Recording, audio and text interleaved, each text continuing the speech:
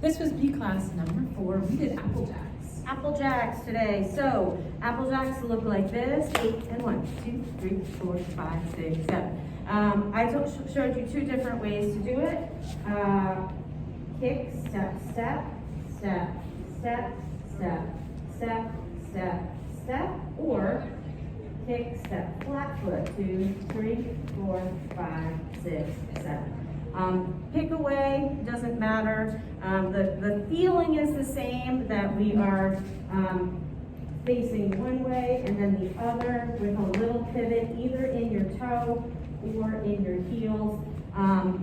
The kick starts on 8 and then you go up through count 7. You can do different arms, you can go around, you can do sprinkles down. I talked about how Whitey's Lindy Hoppers, when they do this, they got really low and floppy at the bottom. We do this 4 times in our sequence. It looks like this. 8 and 1, 2, 3, 4, 5, 6, 7. 1, 2, 3, 4, 5, 6, 7. And 1, 2, 3, 4, 5, 6, 7. 1, 2, 3, 4, 5, 6, 7. So yeah, that was solo jazz, partner dancing. Then we did a variety of things tonight. First thing we worked on were 6 count versus 8 count. So we wanted to practice this idea if we are doing almost like a fake swing out. We start it like a swing out, but we let our partner go right by us and it becomes a 6 count. Boom, clap. See that? As a lead, I'm setting that up just like it's going to be a swing out. Every once in a while, I might catch my partner and send them right out, interrupting that triple step, making it into a swing out. Jen is always assuming it's a 6 count because it's letting her momentum continue down the line, and then it might be a surprise that it's a swing out. We wanted to make sure that follows aren't stopping themselves in the middle, always expecting a swing out. Follows, you're staying straight on the line, you're staying square to your partner, so changing your orientation during that 6 count. And using the whole time to get to the other end. Don't rush it with giant steps. We talked about keeping small steps right underneath us.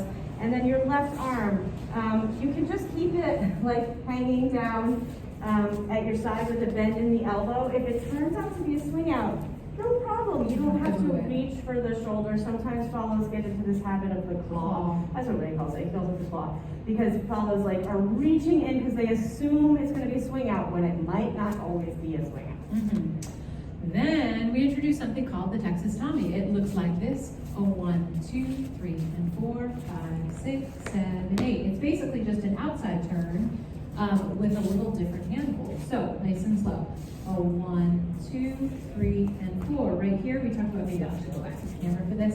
Talked about thumbs pointing down, comes out just a little bit, and then you just toss it right in. So follows, it should be pretty low and relaxed. I should have emphasized more of this in class, but it needs to be kind of tossed low for the follow. If I get too high up here, it doesn't feel good for Jen. I'm going to toss that on count 5. Great class, thank you. I'm sorry. No problem. That's Andy. That's Andy. Thanks, Andy. He's so nice, you know? Okay, so we've got this 1, 2, 3, and 4 down the line. So you want to change that hand over as you're doing count 5 down the line leads. You want to make sure that you don't get stuck doing this toss over right here. You want to wait till you're a little bit further and right down the line, and that will feel very good. We told you can do the Texas Tommy from a bunch of different positions. I'll just show you one close to close, but you can do all the things, and you kind of learn everything you need right here. Boom, back, dip, set out, and just following Jen along. You can do it from close to open, open to close, close to close. Then we also showed you a variation on that. Folding in, so 1, 2, 3, and 4, 5, 6, folding right in, and from here, you can do Frankie 6s, would be a fun thing to loop to, or a variety of other things, depending on what you know. So for that one, I'm just folding in and keeping the momentum going back, because my follow also does, go like this way, I don't know if that makes sense, maybe. Then it feels really nice, because we both have all that nice momentum going back into that movement. The only other thing we talked about were forward steps versus back steps. We put things into a sequence. The sequence looked like this, and we practiced this idea. We'll just go ahead and go. We did a swing out.